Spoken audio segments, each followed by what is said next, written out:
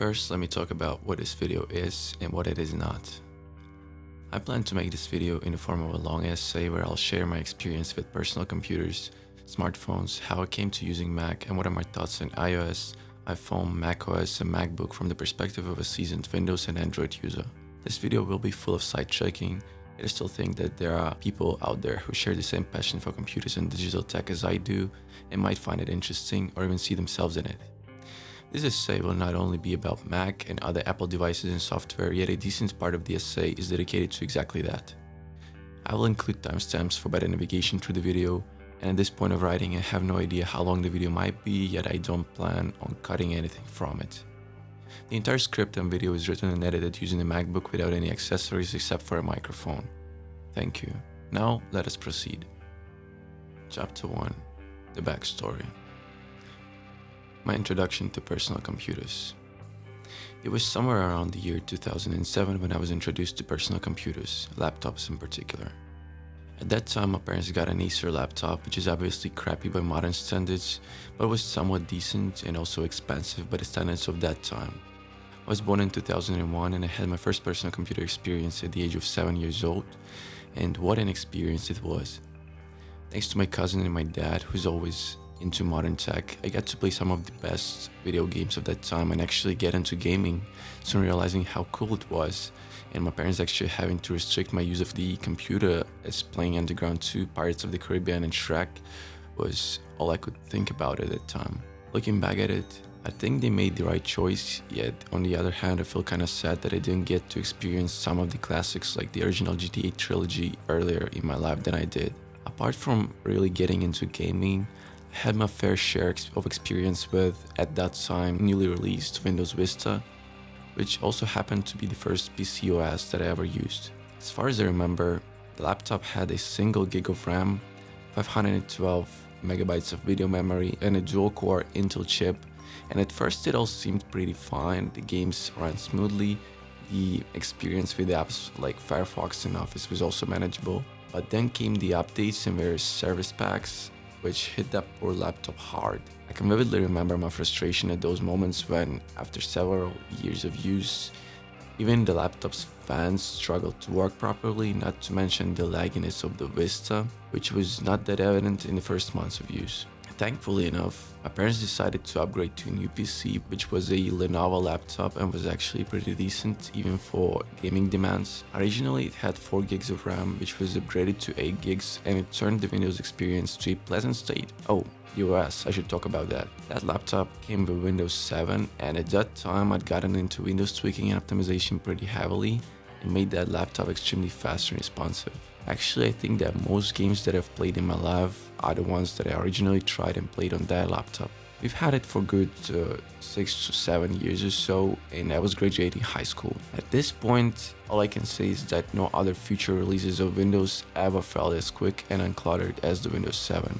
It was a perfectly optimized OS that let the hardware run at its peak potential without slowing it down with the necessary background processes and so on. The year was 2017 and I'd saved enough money to get myself an actual PC because I didn't want to deal with mobile devices any longer and actually had no use for them at the time. With the help of one of my best friends, I got what I would call a low-tier gaming PC, which had a 1050 Ti, some quad-core Intel processor, 8 gigs of RAM and some cheap SSD for the OS. It ran most of the games pretty well, yet as both my friend and I were sort of amateurs in PC building, the rig actually came with a CPU bottleneck, which I started to notice in some CPU heavy tasks and titles like Assassin's Creed. I bored with it for a good year or two, saved some money and sold the whole PC to my dad since it would completely fulfill every web surfing and office working demand that he had.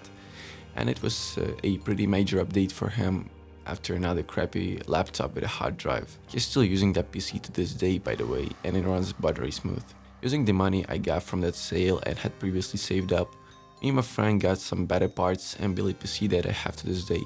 It has a 6 gig 1660 Ti, an i5-10400F, 16 gigs of RAM, a ridiculously fast Samsung M2 drive, and a SATA SSD from Kingston. Honestly, it fulfills my demands to this day and I use it to its full potential by producing music and playing pretty much any game that I desire, especially with the help of SSR, which is a blessing for non-RTX graphics cards. At first I used that rig with a 1080p 22-inch 60Hz Samsung monitor, which was fine, but I always felt like I could benefit from having a larger diagonal and got myself a 27-inch 1440p hot and at 44Hz Samsung curved panel. At that time, I was really into CS and the high refresh rate really felt awesome, yet I think that I sort of made a mistake by getting a 1440p version of the monitor. Don't get me wrong, I did and still do profit from the smaller scale of the interface and having literally more space to place windows and multitask, but any game that I try playing at resolutions lower than native, that is even 1080p, really looks blurry and unplayable by my standards. I understand that 1660 Ti is no 1440p gaming GPU, yet my experience with it is still pretty playable. In most titles, I don't even have to use the lowest settings and get a pretty picture with a decent 60+ FPS performance. I don't plan on upgrading that rig in any foreseeable future though, since I understand that I will neither have the time nor the desire to play as much as I used to. Now that I've covered the first part of the backstory chapter, I want to talk about what I call living in Windows/Android environment. You see, I don't come from a developed state. In fact, I don't even come from Europe or some English-speaking country. I've never had any non-Windows PC experience except trying Ubuntu on my old laptop, and back in school the computers had Windows XP, which was later upgraded to Windows 7. As far as I remember, those PCs still had that version of Windows when I was graduating high school. Even the ICT school program is based purely around Windows and Windows apps, so we never get to learn or even experience Mac or Linux OSs during school and university. Oh yeah, this year I got my bachelor's, and I must say that the computers in at least 2 universities of my city are kinda sucky. Also, they're on Windows 8 out of all things.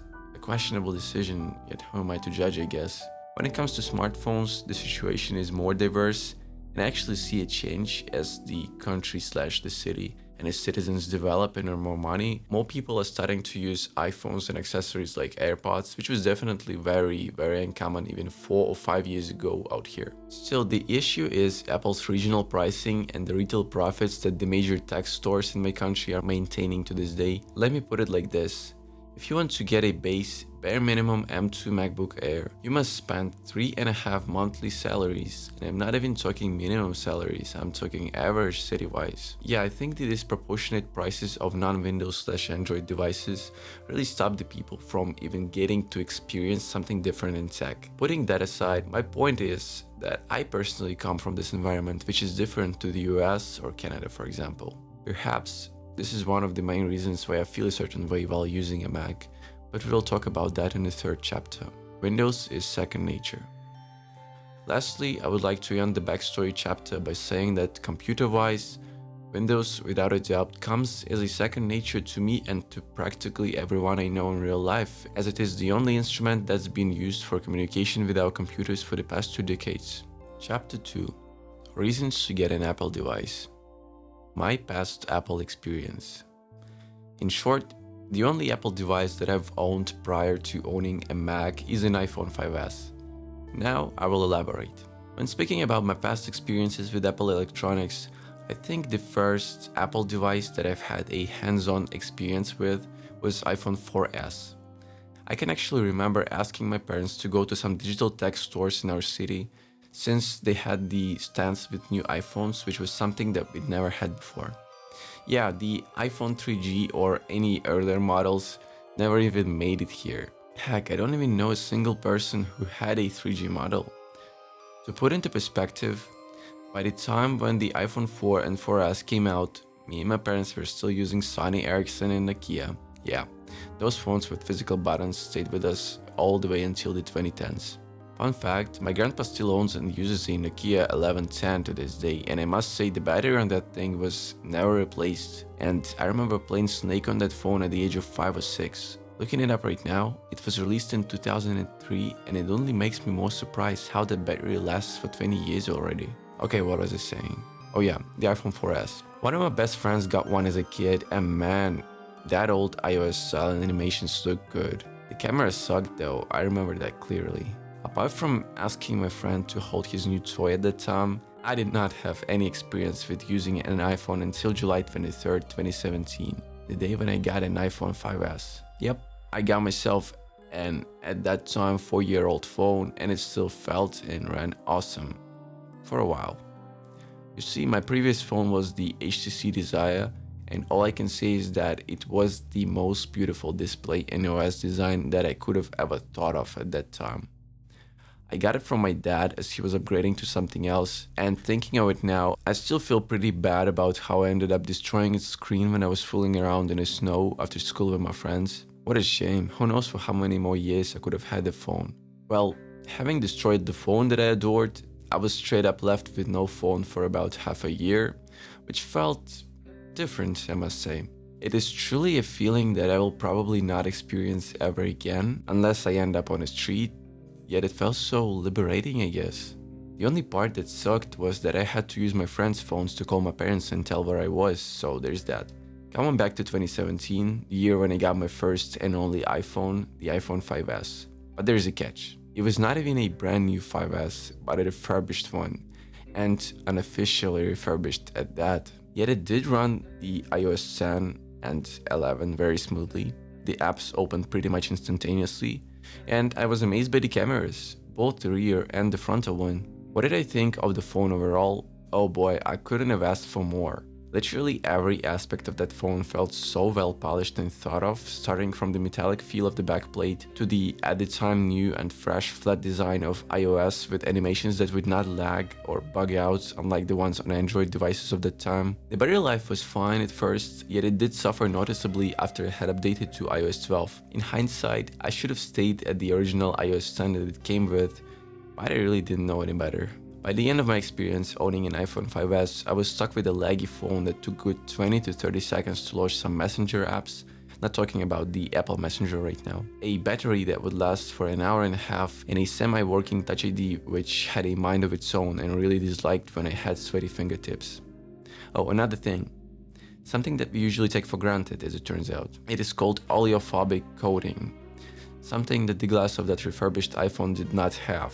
Display would literally become unusable if it had any water on its surface, and I'm not even talking about intentionally getting water on it. Simply using my fingers, something that you do when you use a touchscreen, was enough to wet the screen and make it unresponsive to any further interaction until it was wiped clean of that quote-unquote water. I came up with the solution pretty early on in my ownership though. I simply bought a protective glass that had the oleophobic coating on it, and it actually completely fixed the problem, but nevertheless, the fact that I even had to solve it was pretty unpleasant. I understand that this issue is not something that I would have had to deal with had I bought a brand new iPhone from an official reseller though, so it did not worsen my opinion on Apple in any way. Yet something that did was how ruthlessly they choked that poor phone with iOS 12, something that I remember people talking about back then, as I was definitely not the only one experiencing that. Alright, iPhone 5S out of the way. The rest of my experience with Apple devices can be summarized into watching my uni friends and teachers use iPhones and MacBooks. Something that I always noticed in the way the OS on those devices operated was how smooth and fluent navigation through the system felt. Oh, and the whole aesthetics and consistency of the macOS and iOS design code is also something that I always found simply beautiful.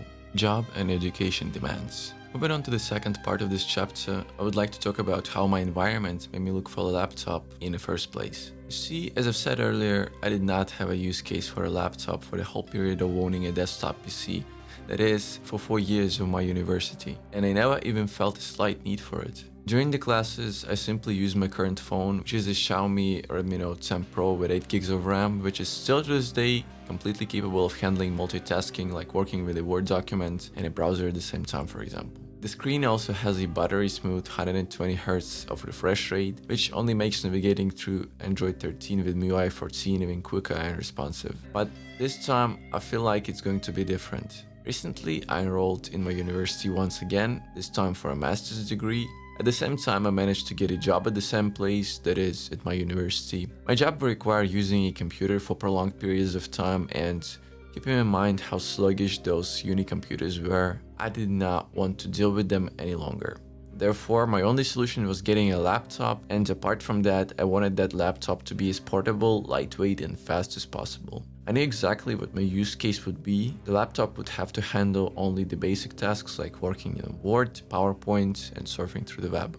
So no, I did not even consider getting a gaming laptop. Apart from the fact that they are heavy, they are also loud, expensive, have a horrible battery life, and most of them have terrible trackpads. You can probably guess where I'm going at this point. Keeping all of my demands in mind, I really began considering getting an Apple laptop, but those prices, man, those prices on brand new Apple electronics is something that was stopping me. Nevertheless, I should move on to the final part of this chapter, which is watching online reviews and recommendations on Apple MacBooks. Online reviews and recommendations.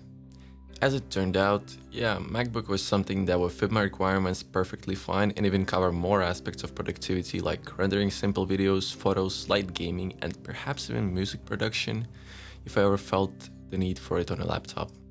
Despite all of that, the issue of not actually being able to purchase a MacBook is something that held me from getting it. My choice fell on the base model of a 2020 13-inch MacBook Air with an M1 chip, and I wasn't even considering getting anything Intel from Apple, as I understood how more capable and optimized these AMP chips are. The price for a brand new base M1 MacBook Air started at $1,000 US, and that was not the money I was ready to pay for a laptop. As you can probably guess, based on what I said earlier about the salaries, $1,000 in my country does not equal $1,000 in the US or Canada. Chapter 3. First-hand MacBook experience. About my laptop. So this leads to the third chapter of my essay, which is my first-hand MacBook experience. First, I should start with how I actually got the model that I have. As I've said earlier, I did not possess the finances for getting a brand new M1 MacBook Air, so I started considering getting a used one instead. As I usually do, I looked up buying a used MacBook on YouTube and found several videos with various advice on what to look for, how to benchmark, and what to avoid in getting a used MacBook. After some digging through the local online services of used goods, I found two options that looked promising. The first one was actually an ad posted from a local pawn shop. Now, don't get me wrong, people sell their stuff to pawn shops for various monetary reasons, but I still felt kind of two-sided about getting a MacBook from that kind of store, especially after looking at pawn shop Macs on Google. Nevertheless, there I was, walking on my way to a pawn shop to look and test that MacBook from an ad. At first glance, the laptop seemed pretty fine, yet the cable had something weird down with it. Some of its parts were covered in glossy nail polish. Okay. At that point, I thought that it was something that I could simply scrape off or clean with alcohol or something like that. The laptop loaded macOS pretty quickly, and having checked the visual condition, I went straight into battery information.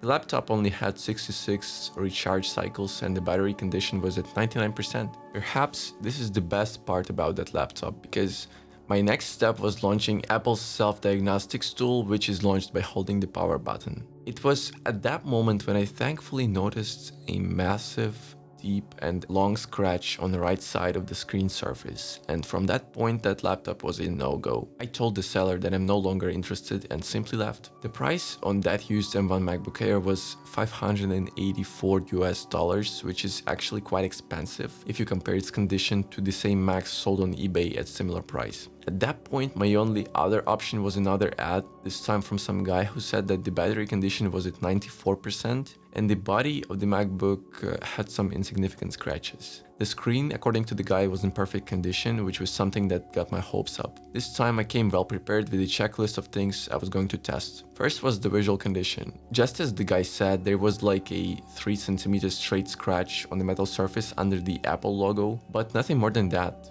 The screen was covered in his fingerprints though, so it was tough to understand its condition.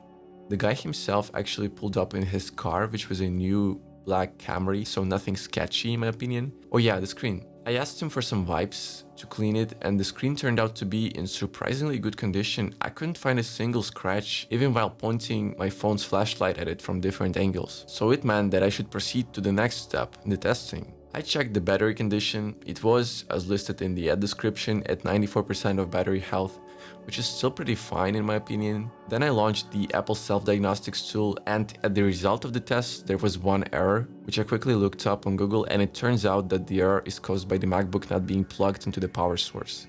I asked the guy if there was a way to plug in and run the test once more, and he agreed to go to my place and run the test again.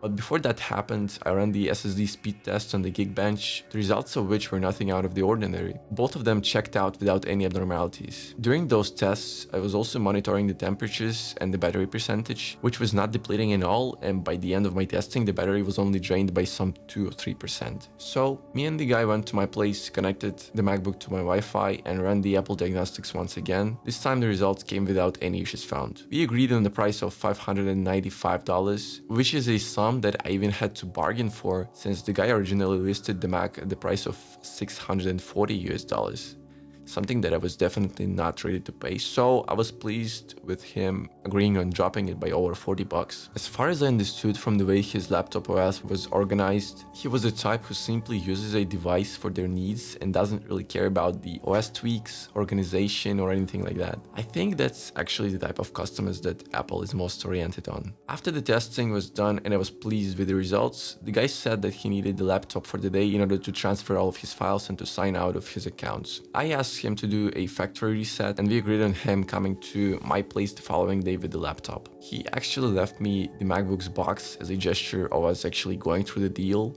and the box even had it checked with the original date, price, and the store where the laptop was purchased from. The original price was something that sort of baffled me once again. It was $1,230. These retail prices are insane, as I had said earlier. The guy came at around 2 p.m. the following day, as we agreed, and I tested 2 other things which I sort of forgot. I tested the camera and the microphone, both of which were perfectly fine. I gave the guy the money we had previously agreed on, and he gave me the laptop. The deal was completed.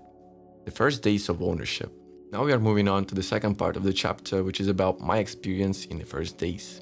So there I was, sitting in my flat with the 2020 M1 MacBook Air, staring at the interface of macOS Monterey and thinking, what should I do first? Well, first of all, I really prefer all of my devices to run on an English interface, as I don't want to deal with some weird translation decisions. Oh yeah, let me get it out of the way. My native language is Russian, but I don't come from Russia. I don't have anything to do with it at all. Also, since the laptop was purchased in my country, the keyboard has Russian letters printed on it below the English ones, which you'll see in some photos and video footage. So, macOS Monterey and the Russian interface were the first things that I thought of upgrading and changing. As I said earlier, the guy did not care that much about software updates or anything like that, so the MacBook was not even running the latest Monterey build. The system was clean, yet I still did not trust some stranger to factory reset it for me. So after having updated to the latest at that point, macOS Ventura 13.4, I factory reset it, set the interface language to English, and created a new iCloud account, since I did not want to use the one that I had during my iPhone 5S ownership. A clean blank slate.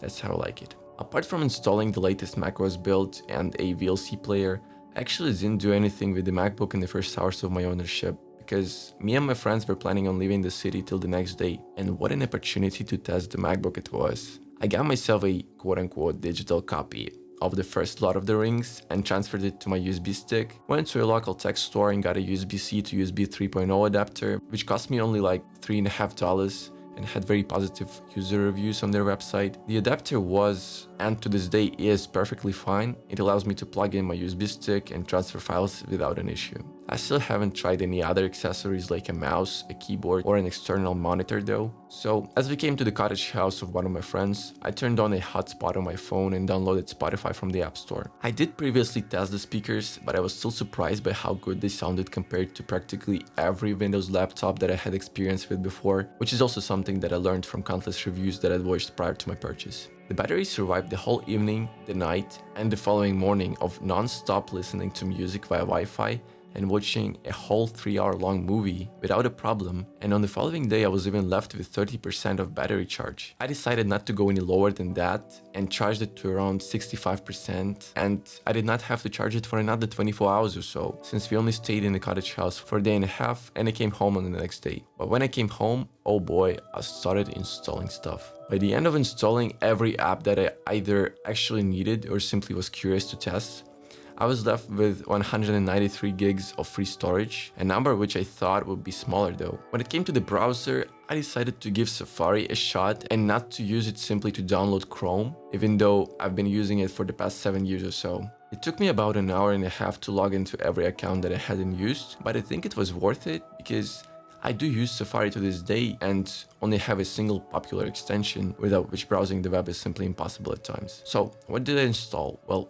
first things first, I knew that I'd need the Office and PowerPoint, so they were first on my list. Oh, and the Excel too, just in case. Then came the Messenger apps, which I use on a daily basis, which are Telegram and WhatsApp. I installed Steam just for the sake of it, because it is an app that I daily use on my desktop, and I can't say that I was surprised by the fact that most of my game library was not even supported on macOS, even though at least one game that I'm still playing to this day is supported, and it is The Long Dark. Haven't tried it though. Really like the way it plays on my desktop at max settings at 2K resolution. Then I installed Final Cut, which I still haven't used to the moment of writing this script, yet I will do my best to not give up and actually edit this video on it. I also installed Pixelmator, since I saw that it was a popular choice for a photo editing app. Side note, I simply can't and neither want to learn Photoshop.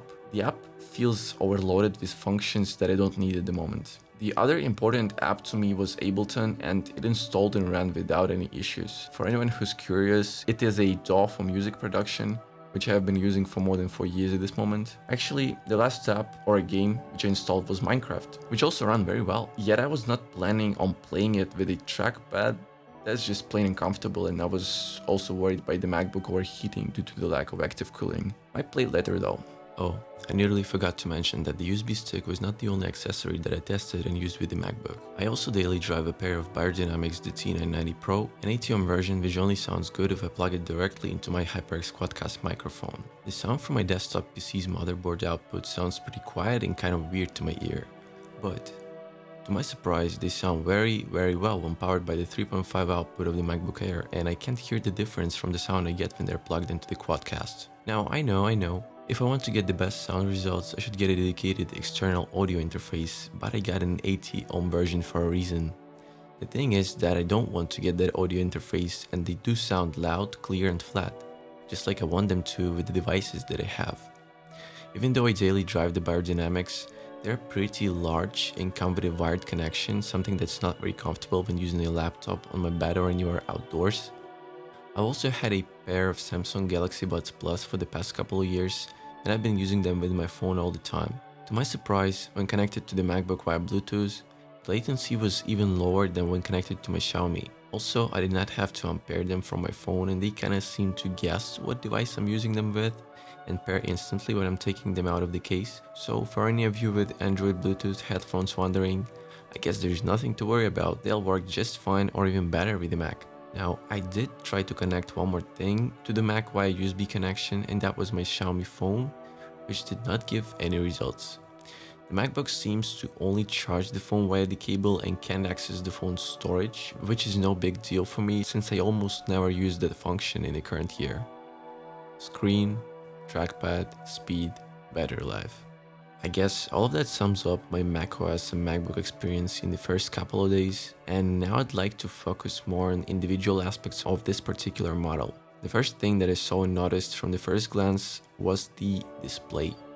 I do understand that the panels they use on the latest M2 chip Macs are even better, but still, the resolution of 2560 by 1600 on a 13-inch panel simply looks stunning. Pair that with the fonts, the design of icons, and the interface of macOS, and you basically have a screen experience that is unbeatable. And now I actually prefer to use my MacBook screen to my 27-inch monitor in most scenarios. Heck, I wrote 8 pages of this script using a MacBook for the past 6 hours, simply staring at the black text on the white background, and the text anti-aliasing methods used in macOS make it so smooth that it is hard to look at text on any other device that I own. The viewing angles are also perfectly fine. You don't get that effect of the screen colors fading if you look at it from a higher or lower angle than it is facing. Even though the MacBook comes with a glossy display surface, still haven't noticed any glare because I haven't really used it outdoors, something that I might do occasionally in the future, even though not that often. I also haven't turned off the True Tone because I actually prefer the way the Mac changes the colors based on the lighting.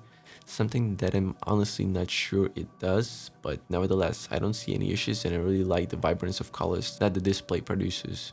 The auto brightness seems to work, even though the screen brightness is something that I prefer to control myself, and it is also pretty easy to change using the F1 and F2 keys. I'm very pleased with the minimum brightness levels, as I do use the Mac at night and sometimes watch some TV shows in bed before I go to sleep. To this day, I haven't used the screen at its full brightness. In fact, I haven't even used it past medium brightness setting.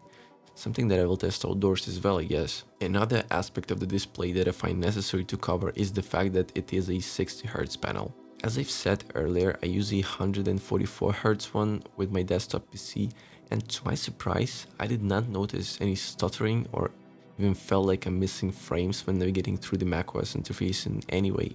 They just seem to have nailed the animations to the point that they look smooth even at 60Hz, something that is missing in Windows after having used it at 144Hz for more than a year. And lastly, the 13-inch diagonal. How does it feel to use it after a 27-inch panel? Well, at first, the scaling of macOS interface was set on default, and my honest opinion is that they should let you choose the scaling during the system setup process.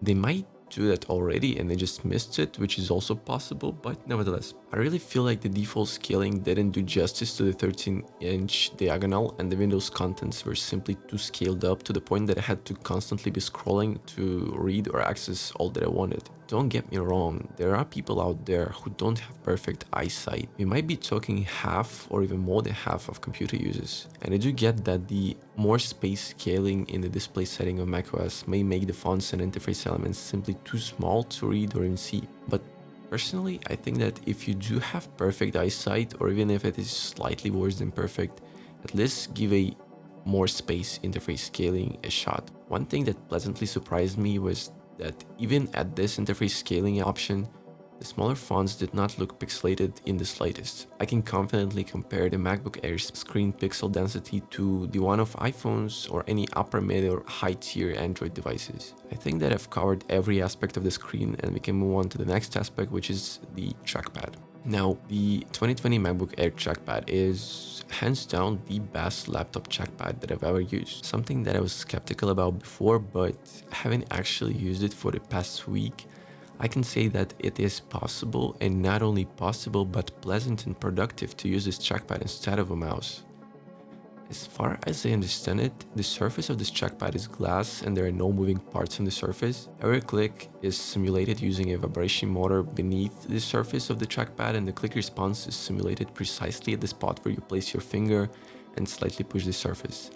Actually, testing the latter right now, the entire surface seems to vibrate, but there's still a feeling of it vibrating exactly at the spot where you press it, so there's that. But one thing that this trackpad won't be any good without is the gestures.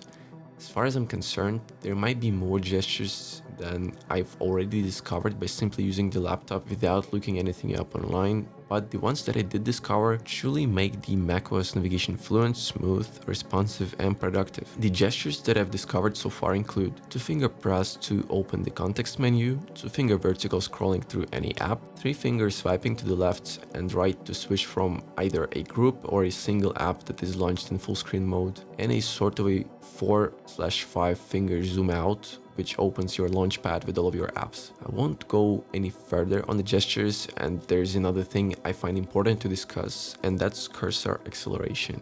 Basically, cursor acceleration is something that I always turn off in Windows if I want to get the most precise registration of my external mouse movement, as the acceleration doesn't simply reproduce the movement you make, but it moves the cursor depending on the speed you move it with. So as a result, you might move your mouse several inches at a slow speed and you'd move it by one amount, but on the other hand, if you move the mouse by the same distance in a quick move, the cursor will travel a further distance on the screen. This inconsistency is unacceptable in many video games, and even while using the Windows interface, I always found it to be annoying. I guess it might be helpful while using a trackpad on a Windows laptop, yet I usually use them with an external mouse because the Windows laptop trackpads are so small and the buttons they have just suck. The MacBook trackpad incorporates the same function of cursor acceleration, and having been using the laptop for the past week, I can't really tell if I like this function. I still manage to get the cursor wherever I need, but at times when I have to drag objects around the interface, I manage to run out of trackpad space and have to do some weird movements with my other fingers in order to get the object that I'm moving to where I want it to be. The solution to this problem, which seems to be uncommon as I've looked it up online and no one seems to speak about it, might be to just increase the cursor movement speed, but I do understand that it will come with less precision, which is something that I'm not exactly looking for. Guess it is a matter of getting used to the trackpad, and it might be good in a month of using it or so. Now, a great screen and a pretty good trackpad would mean nothing if the OS they are used to display and manipulate was unresponsive and laggy. And here come my thoughts and opinions on 1 week of macOS experience after using Windows for my entire life. Well, first of all, not only did I have to get used to the completely different OS, but I also had to get used to the means of using that OS. That is, using a built-in laptop keyboard and a trackpad. For the past 5 years, I've been a desktop PC only user. I use an external Logitech mouse and a mechanical HyperX keyboard with red switches.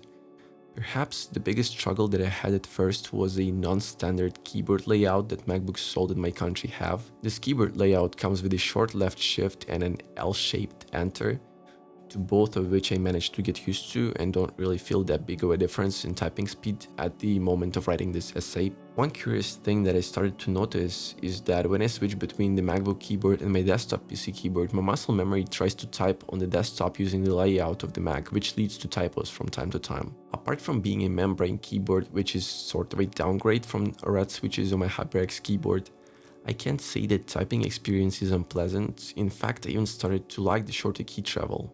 Now, with the keyboard out of the way, let's focus on the OS. First of all, compared to the Windows interface layout with every taskbar element located at the bottom of the screen, macOS comes with a different approach of dividing the taskbar into the top and bottom part, which is called the dock. The dock's size can be changed, and you can either make it larger, which I found no practical use in, or you can make it smaller, which would mean more screen real estate when using the apps in windowed mode. I set the size of my dock to be about 15 to 20% smaller than its original size, so the icons would still be intelligible, yet I'd be getting the benefit of being able to expand the windows a bit more vertically. Oh, by the way, recently I had this theory about the aspect ratio of the screen being 16 by 10 instead of 16 by 9. Well, my theory is that this aspect ratio is partially chosen because of the taskbar on macOS taking more space than it does on Windows. That is, taking space from both the top and the bottom parts of the screen. Therefore, they make up for this by expanding the screen vertically a bit. The top left part of the macOS taskbar serves as a context menu, which is usually located inside the window in Windows OS.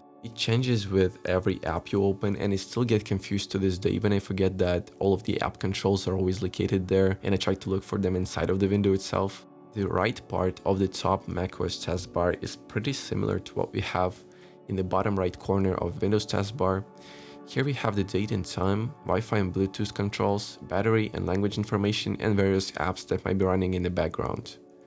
Personally, I don't close the Telegram Messenger app, and it is always shown in my taskbar next to the aforementioned icons. One of the biggest differences from Windows that comes to my mind, and that I simply did not understand at all, was the way you properly quit an app.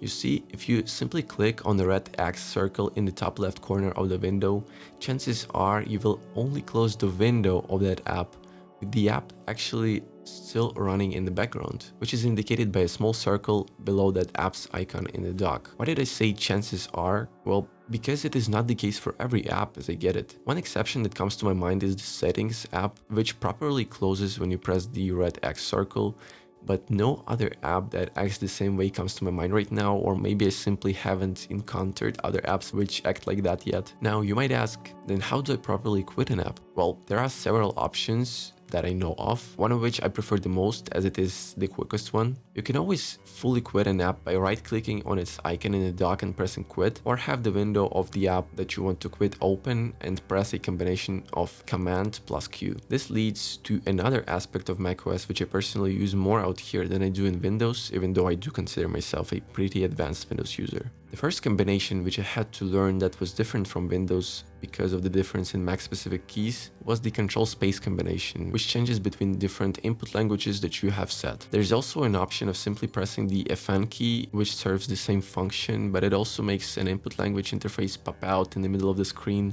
which can and probably will be distractive. Another option to change input languages is to go to the settings and turn on the function of using the caps lock as an input language switcher, but I just stuck to the Control plus space combination as it is pretty similar to the Windows plus space combo in Windows 11. The last combination that I learned and have been actively using during my first week of macOS experience is Command plus M, which minimizes the window into the dock. I am positive that there are a lot more combinations which will increase your productivity in the system, but I am still yet to learn them, since all of the combinations that I did learn were the ones that I found through trial and error. When it comes to multitasking, macOS doesn't have the Windows feature of simply dragging a window to the corner and making it take half/1/4 of your screen with the prompt of choosing other apps for other corners of the screen. I know that there are third-party apps that basically let you do the same thing, but I'm stubborn and I still haven't googled their names and haven't tried them. So for now, what I do is simply use the stock version of the so-called tiled windows, which pops up when you get the cursor over the green circle in the top left corner of any app. Another extremely useful feature of macOS, which is somewhat present in Windows, is a global search that is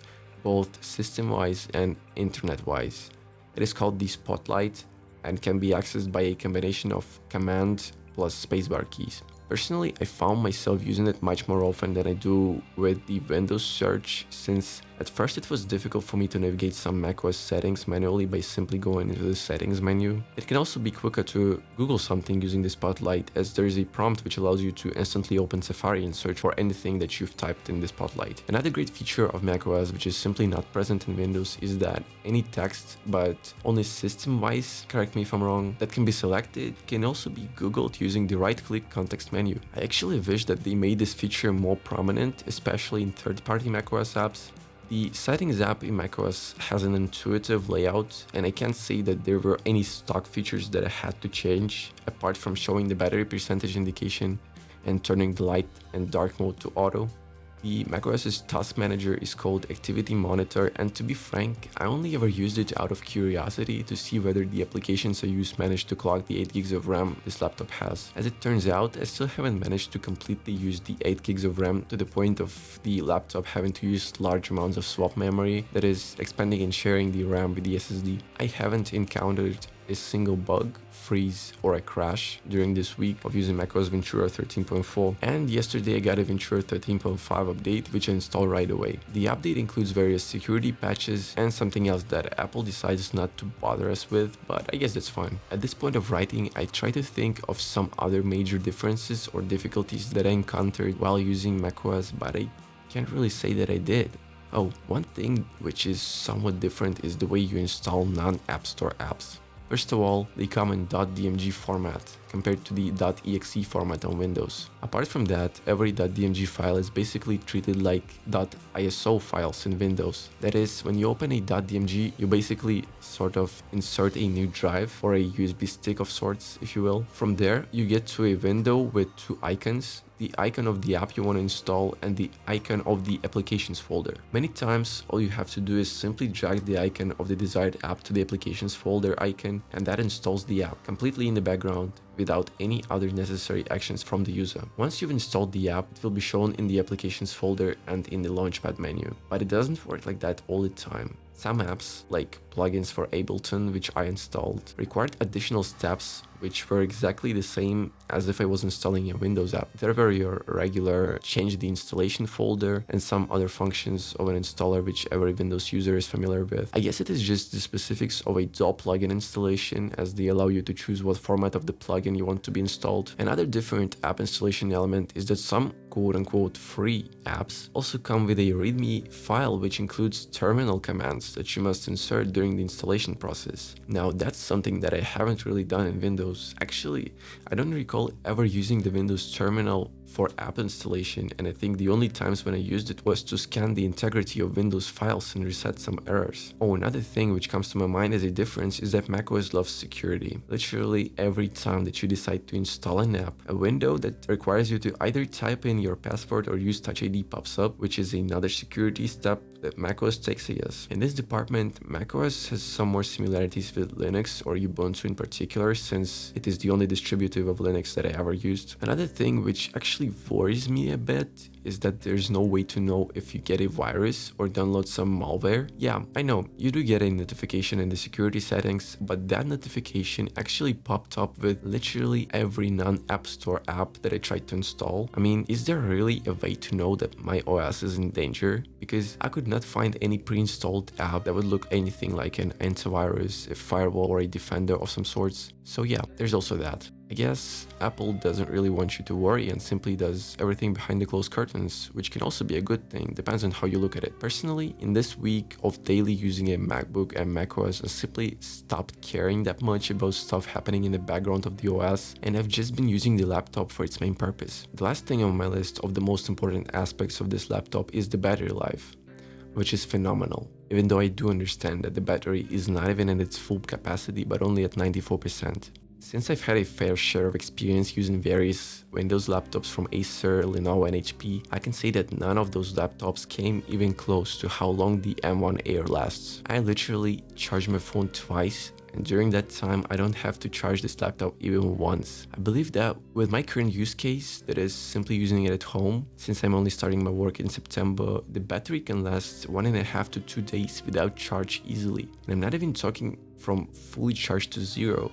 I don't even charge the laptop past 80% and I do my best not to drain the battery past 20 to 25% of charge. Another battery related thing which is extremely good and possibly the best in class is how good this laptop keeps its current charge while on standby / put to sleep. Oh, by the way, in the first days of my ownership, I was closing the apps before putting the laptop to sleep out of habit, as I thought that they would drain the battery, but it turns out that is simply not the case at all. I can literally keep Safari, Telegram, Word, and a player with a movie on pause without quitting any of these apps and just close the lid, and it would either not drain a single percent of charge during the 7 to 8 hours of sleep or only drain a single percent, which is just as impressive. Since the battery literally doesn't deplete its charge on standby, I don't really see the reason to fully shut down the MacBook. Well, I'll probably still do it once a month, just in case.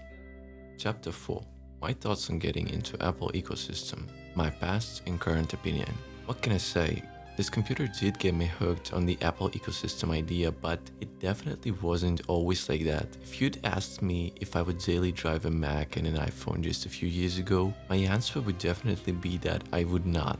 You see, I've always enjoyed customization and tweaking of OSs to my needs, disabling some useless stuff, being able to access the system folders, or simply connecting the phone to the PC in order to download some music or a movie. But then came the era of cheap mobile internet with the streaming services like Spotify, and I no longer had a need of ever connecting my phone to the PC. As for the PC, since I got the one that I have to this day, I actually even stopped tweaking with Windows settings, services, and so on, as this PC is capable of handling basically anything you want and did not slow down after all of the Windows updates. So at the end of the day, the only two things that stopped me from considering a Mac are the price and the lack of games, or should I say the lack of optimization of those games. I don't see myself fully switching to macOS even right now, since I do enjoy gaming and it is simply not possible on Mac in the same way it is on Windows machines. Yet what I do think is that Mac is, in my opinion, the best computer you can get for any other purpose apart from gaming. When it comes to smartphones, I've never actually bought a flagship device ever in my life, since I understand that they come with features and power that I will never even need or fully use. For now, I am stuck with my Redmi Note 10 Pro, which has 128 gigs of memory, 8 gigs of RAM, a 120Hz display, and a processor the name of which I kinda don't care about. It works just fine, the battery life is decent enough for me to use it during the day without having to charge it until late in the evening, yet I do think that I will consider an iPhone as my future smartphone of choice just because of functions like AirDrop, iCloud, and multi-device copy and paste. When it comes to headphones, I still am sort of skeptical about AirPods, and I don't really need them as long as my Galaxy Buds Plus keep their charge for long enough, which they still do and don't really show any sign of battery degradation. Apple Watch, and any watch at that, is something that I will probably never get and understand. I don't need them, and I think of them as a rich people's toy, nothing more than that. The reality of it. Lastly, I would like to talk about the reality of it. That is, my current financial state and how it will affect my future wants and needs. Well, If all goes according to the plan, this September I'll start working and start getting an actual salary, which I'll be able to save and get something that I'd like. So perhaps if this second-hand MacBook Air doesn't die on me just because I don't know that something is internally wrong with it, my next purchase might be an iPhone, but definitely not the latest one, as they're still too expensive and have the power that I won't ever need. Oh, by the way, I rarely use the cameras on any smartphone since I'm not really into photography or selfies. Alright, that's it.